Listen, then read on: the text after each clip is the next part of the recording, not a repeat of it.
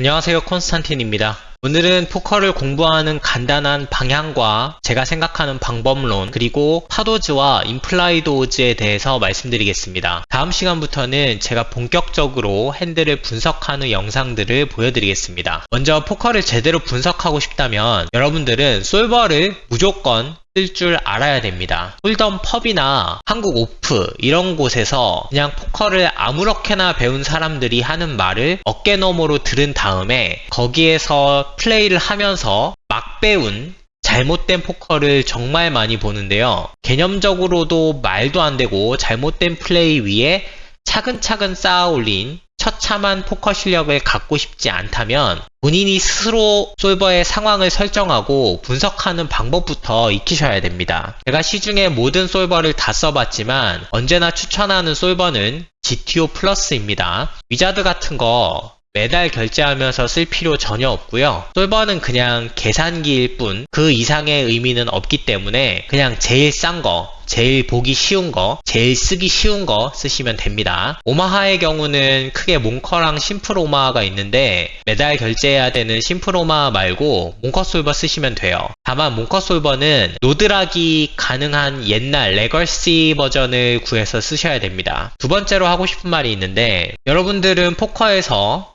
프리플랍, 플랍, 턴, 리버, 배팅 스트리트 중에 어떤 배팅 스트리트가 가장 중요하다고 생각을 하시나요?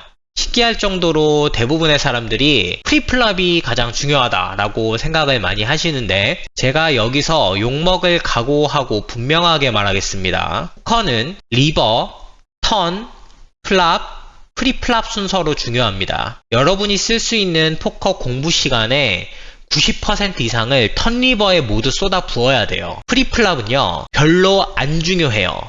극단적으로 프리플랍에 275숫으로 뭐 3배 치고 뭐 53 불고기네 하면서 막 갖다 받고 그런 정도 수준의 플레이만 아니면은 프리플랍에서 얻을 수 있는 EV는 극히 미미합니다. 마치 이거랑 비슷해요. 길바닥에 1000만원이랑 500원이 떨어져 있으면 뭘 주어야 되죠?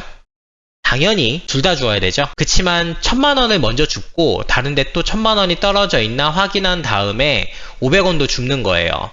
제가 왜 이렇게까지 확신을 하냐면 예전에 데이터를 사서 트래커에 넣고 약 7만 명 이상의 플레이어들 데이터베이스를 제가 분석한 적이 있었어요. 그 중에 상위 1등부터 100등까지 스탯을 보는데 어떤 플레이어는 VPIP가 20이고 어떤 플레이어는 VPIP가 36이었어요.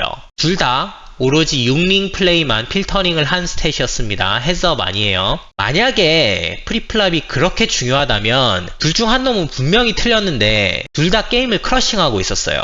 그런데 신기한 게 뭐냐면 두 선수의 리버 플레이 스탯을 봤더니 신기할 정도로 이 풀에서 대부분의 플레이어들이 범하고 있는 스팟들의 릭을 극단적으로 오버 익스플로이트 하는 공통점을 제가 발견을 했어요. 여러분이 턴리버를 제대로 익스플로이트하고 스스로 분석을 하려면 여기에서부터 파도즈와 임플라이드 오즈에 대한 개념을 제대로 잡고 시작을 해야 됩니다. 그리고 그 베이스 위에서 솔버를 가지고 상황을 스스로 입력하고 설정을 해서 분석할 수 있는 능력을 갖추셔야 돼요. 먼저 파도즈를 아주 간단하게 설명을 하자면 콜 금액과 총 팟의 금액을 이런 식으로 표기를 한 것을 팟오즈라고 합니다.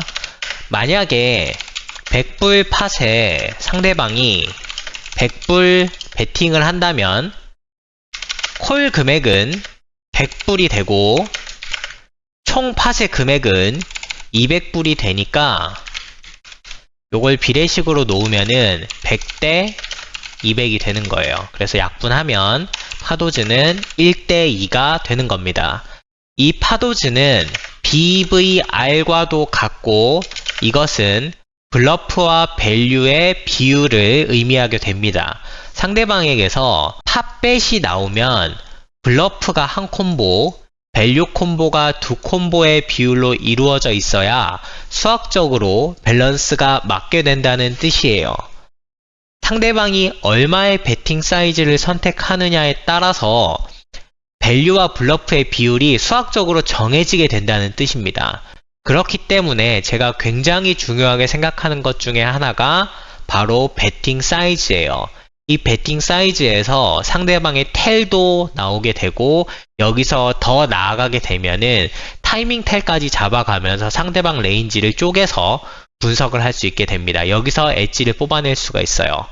이 파도즈에 관해서는 제 채널에 파도즈에 관한 영상을 만들어 둔 게 있으니까 그걸 참고하시면은 더 자세하게 알 수 있습니다. 제가 실제 핸들을 가지고 예시를 들어 설명을 해볼게요. 포커 고수에 얼마 전에 올라온 핸드였습니다. 오마하 백방 버튼 대 빅블라인드의 싱글 레이스드 팟이고 상대방이 플랍 체콜 턴에 풀 사이즈로 책 레이즈를 감은 상황입니다. 보시다시피 상대방의 핸드는 셋이고요. 히어로는 이런 핸드 콤보를 가지고 있습니다. 턴에 풀 사이즈로 책 레이즈를 감았기 때문에 팟 오즈는 너무 당연하게도 1대2, 즉 이 콜을 하기 위해서는 33%의 에퀴티가 필요합니다. 그런데 오즈 오라클을 돌려보니까 이 핸드는 10셋을 상대로 에퀴티가 20%가 나오네요. 그러면 이 콜을 하면 되나요? 안 되나요? 당연히 안 되겠죠. 이 콜을 영원히 반복하면 무조건 마이너스 플레이가 됩니다. 이게 팟 오즈예요. 그런데 이때 등장하는 개념이 하나 있습니다. 임플라이드 오즈입니다. 내가 이 콜을 한 다음에 리버의 핸드를 메이드 시켰을 때 상대방의 칩을 더 가져올 수 있다고 생각이 든다.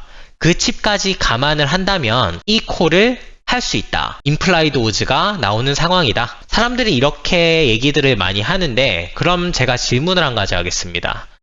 이 핸드를 콜하고 리버에 메이드 시켰을 때 정확히 얼마의 칩을 더 가져와야 되나요? 제가 포커를 15년 가까이 치면서 이 질문에 대답하는 사람을 단 한 명도 못 봤습니다. 한마디로 그냥 사람들은 임플라이드 오즈가 뭔지도 모르면서 아무것도 모르고 포커를 치고 있는 겁니다. 이 핸드는 내가 턴에 베팅을 하고 상대방이 레이즈를 감아 올린 상황이기 때문에 계산하기가 약간은 복잡해요.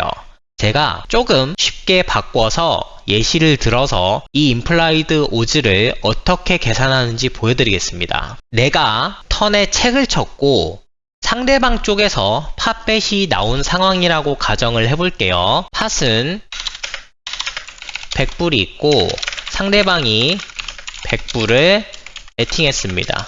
이때 에퀴티는 33%가 필요하고 우리가 가진 에퀴티는 20%가 나오는 상황입니다. 자, 이 계산을 하려면 공식이 있는데 임플라이드 오즈를 계산하는 공식은 이 표대로 하시면 됩니다. 자, 출처는 Poker Math That Matters 라는 간단한 포커 수학을 다룬 책에 나온 내용이고요. 이거는 어떻게 계산을 하냐면 상대방이 베팅을 한 금액에 내가 가진 에퀴티에 해당하는 숫자를 곱하면 됩니다.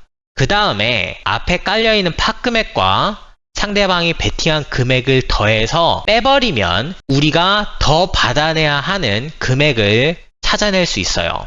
상대방이 베팅한 금액 100불에 곱하기 4를 하고 우리가 에퀴티를 20% 가지고 있으니까 곱하기 4를 합니다. 그 다음에 이렇게 하면 400이 되겠죠? 여기에서 앞에 깔린 원래 있었던 100불 팟과 상대방이 베팅한 100불의 이 금액을 더해서 빼버리면은 우리는 200불을 더 받아내야 하는 겁니다.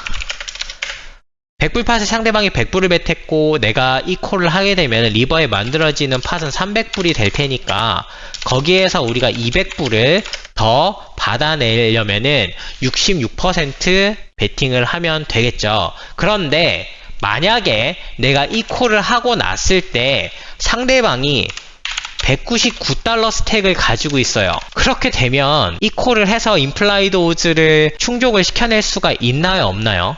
죽었다 깨나도 할 수가 없겠죠? 그렇기 때문에 이 계산을 정확하게 할 줄 알고 뒤에 상대방 스택이 얼마나 남아있는지를 보고 비교를 할 수 있어야 여러분들이 제대로 임플라이드 오즈를 따지고 실제 플레이에 적용을 시킬 수가 있는 겁니다. 만약에 이거를 할 줄 모르면서 임플라이드 오즈가 어떻고 저떻고 얘기를 한다?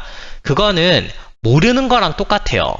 아니 오히려 모르는 것보다 자기가 모른다는 사실을 모르는 게 더 큰 문제예요. 자, 이 상황에서 다시 내가 베팅을 하고 상대방이 여기다가 레이즈를 감아 올렸을 때 임플라이드 오즈를 계산하는 방법은 간단합니다. 중학교만 나오면은 다 하실 수 있어요. 임플라이드 오즈를 계산하는 방법은 제가 지금 여기서 이렇게 알려드렸으니까 이 상황에서 얼마의 칩을 더 받아내야 되는지 직접 여러분들이 계산을 해보시고 영상 밑에 댓글에 답변을 달아주시면 제가 맞는지 틀리는지 알려드리겠습니다. 오늘은 제가 간단한 포커 공부 방법론과 그 방향, 그리고 파도즈와 임플라이드 오즈에 대해서 말씀을 드렸는데요. 제가 지금까지 보여드린 내용은 그야말로 기초 중의 기초입니다. 여러분들이 포커에 대해서 제대로 배우고 그걸 기반으로 탄탄한 실력을 갖추고 싶으시다면 바로 이런 태기님과 같은